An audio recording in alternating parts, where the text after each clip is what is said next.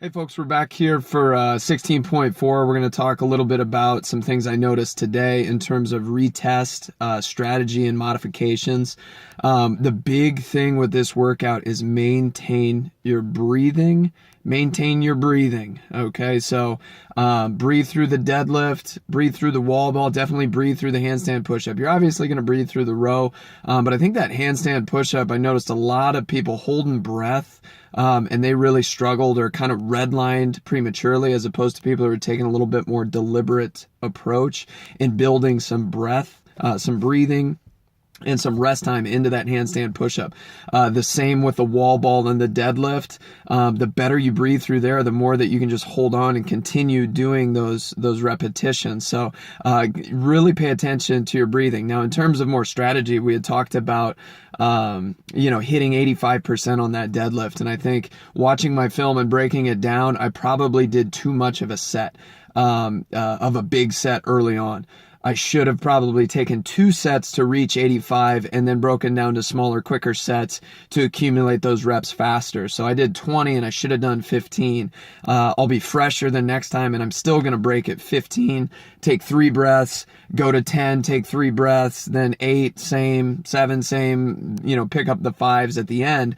But doing so will really significantly reduce the time in between those sets. I noticed I was taking about 10 to 12 seconds when it should have been about 5 to 7 or 8 seconds in between, just to accumulate those reps faster. That's going to give me probably another 25 seconds. I know that sounds crazy, but over 55 reps, hitting the right strategy and not redlining or not even coming close to the red line on the first set is pretty darn important to minimize the rest time in between sets.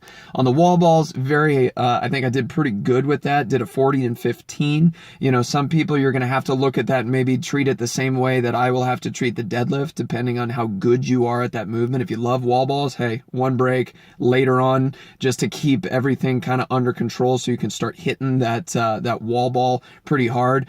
If wall balls aren't your thing, hey, hit a decent set, but kind of keep your sets big and your rest real quick so you can accumulate those reps.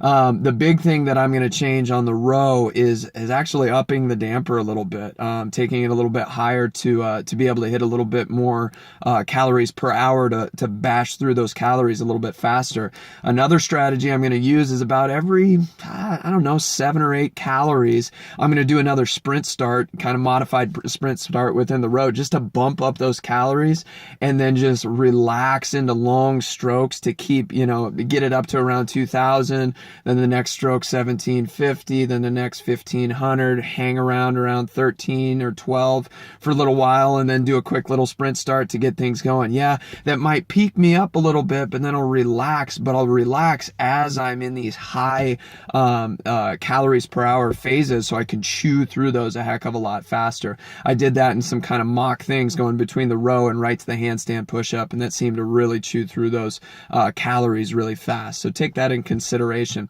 On the handstand push-ups, man, if you break down this workout, it is a deadlift to a hip hop press, back to a deadlift, back to a hip hop press. Okay, so we look at that, and I was great at the wall balls. Well, why wasn't I great at the handstand push-ups? Well, I was treating that more like regular push-ups and just trying to bash them out, not even breathing, instead of saying, hey, 1 wall ball takes about 2.5 seconds.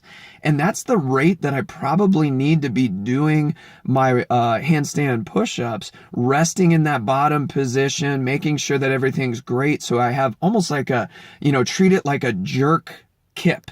Meaning my push press, is pretty efficient, but my jerk, I'm really going to put everything I have in there. So I barely have to use my arms at all.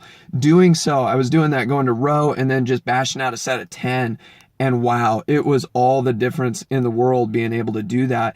I was able to rest. I was able to breathe. It was so much more efficient. So take that into consideration. Plus, for me, I only got 34 reps in about 4 minutes and 15 seconds. And that's terrible. And I think a big thing is I redlined by trying to go fast early.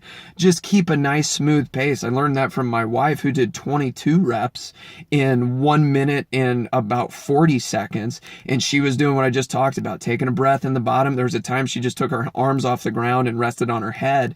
But she was able to do 2/3 of the reps in a little over a third of the time that I had.